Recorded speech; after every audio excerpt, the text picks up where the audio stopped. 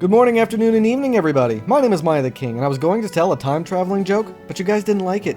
Now then, today we're taking a look at a game just released on Steam called All Quiet in the Trenches, a narrative turn-based strategy RPG set in World War I, developed and published by Totally Not Aliens.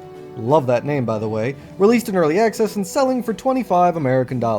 So, what is this game? Well, to put it simply, it's a squad leader simulator during World War I, and I'm not gonna lie, it does a pretty good job of it, to be honest. You play as the newest officer of a squad of men in the front lines.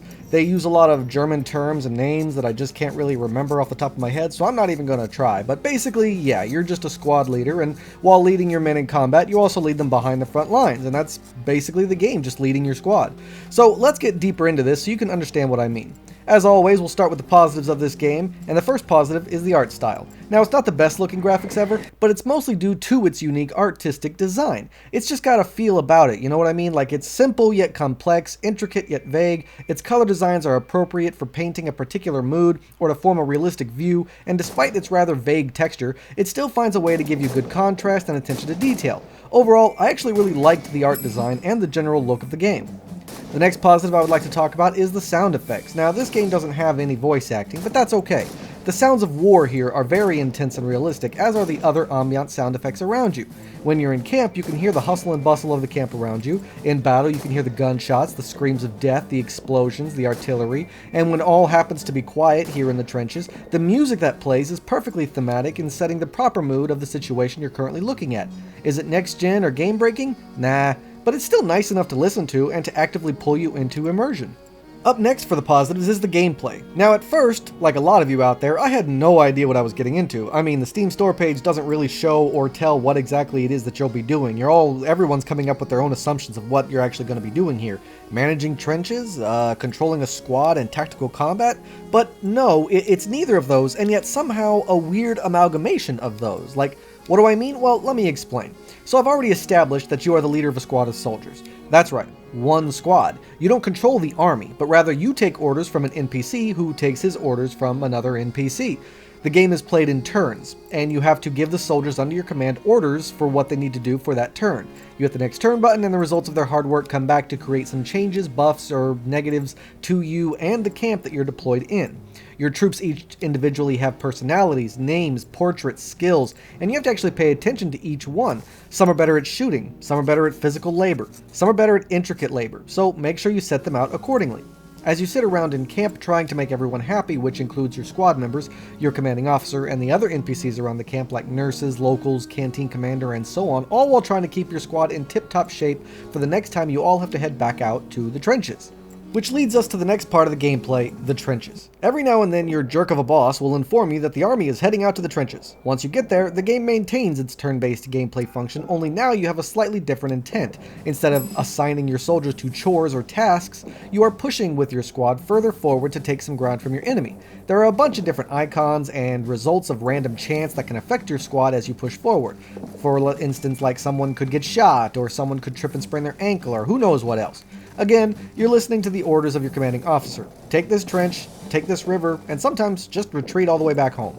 As you move with other squads of NPCs and support them however you can, but you have to try and keep pushing forward while also trying to keep your squad members alive, while also trying to kill enemy soldiers, while also trying to scavenge for more ammo, while also trying to heal your squad or other random soldiers you find on the battlefield. I mean, basically, this game is far more in-depth than I would have thought, and it's just the right amount to pleasantly surprise me.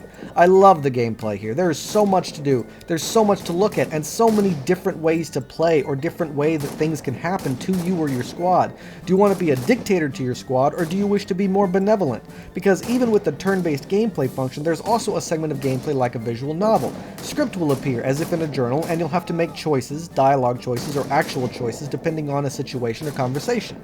These decisions can have an impact on your squad, the camp, or relationships that you nurture throughout your gameplay, which leads me into my next positive point: the length of play, replayability, and originality of this game.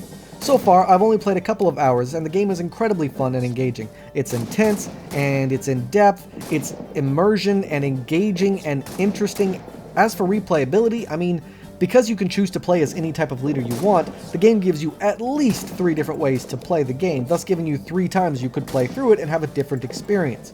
And the originality of this game, just last week I reviewed a game similar to this, but unlike that game where you basically sat around waiting for stuff to happen and then you're reacting to it and not at all being engaged in the war, this game gives you a bit of both. You have time on the battlefield and time off, both of which have just as much importance to the overall flow and feel of you, the player. It's not something I was expecting at all, but the idea of realistically being the squad leader during World War I and showing what's going on not just on the field but behind it is really interesting to me. The next positive thing that I'd like to make mention of is the tutorial. It's short and sweet but doesn't skip out on the essentials. It teaches you all you need to know, showing you with pictures along with text, helping you put it into practice so you can learn it hands-on, and the game gives tooltip pop-ups left and right so you're never confused about anything. Now, granted, I would have liked a little bit more information on how the gameplay in the trenches actually works, because honestly, I don't have any idea if what I'm doing is actually making any difference. But maybe that's the point. I mean, did the soldiers in the trenches in real life have any idea if they were making a difference or not? I don't know, but probably not. So if it was intentional, they did a good job. If not, then they're lacking on the information. Last but not least for the positives is the user interface and the price. Despite the fact the game doesn't have voice acting, when you take a look at everything else here, I think the $25 price tag is actually really appropriate. We're talking about frequent cutscenes, tons of gameplay components, large length of playtime, replayability, tons of well-written dialogue, along with choice mechanics and relationship mechanics and resource management and bonding and management of your squad, each member of which could potentially die, thus needing you to recruit a new one and forming a whole new relationship or strategy based on what they can or can't do. Honestly, I think those $25 are decent for a game of this caliber.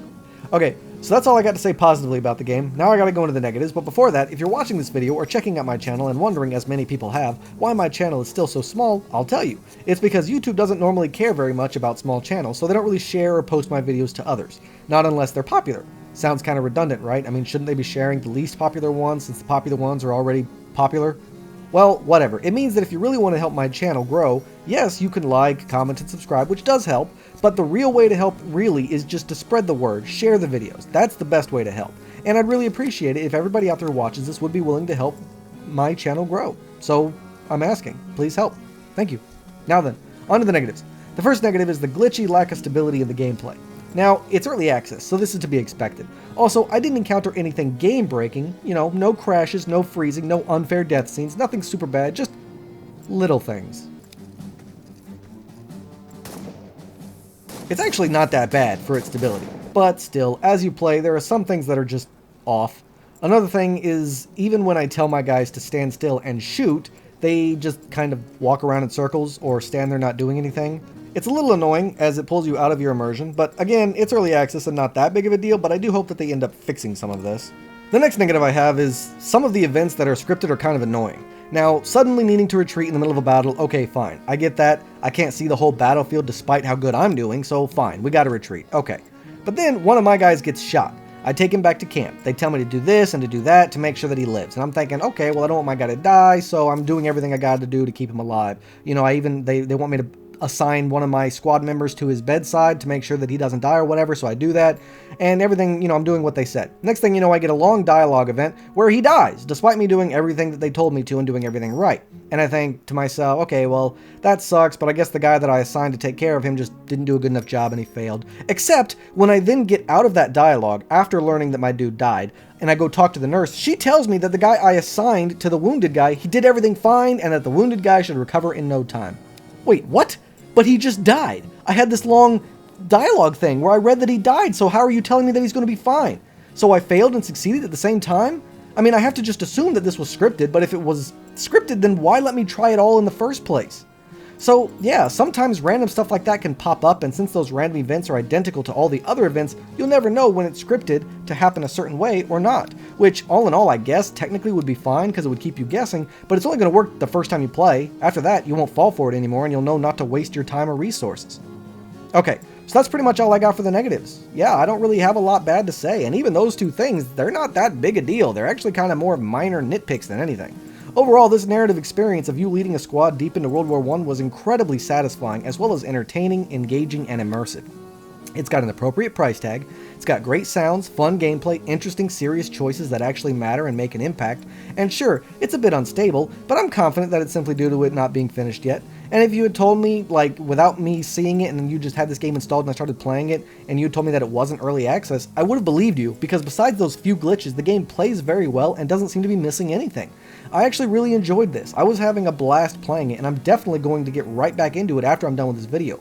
I will say this, it's not your typical strategy game, it's slightly tactical but based more on a narrative experience, which means it's a bit slower and not really what you might be expecting. However, I would still highly recommend, even if you're just a little bit interested in this game, to give it a try and check it out. It's fun, well put together, and overall I think it's worth every penny and it deserves support. So yeah, that's all I gotta say about it. Go check it out.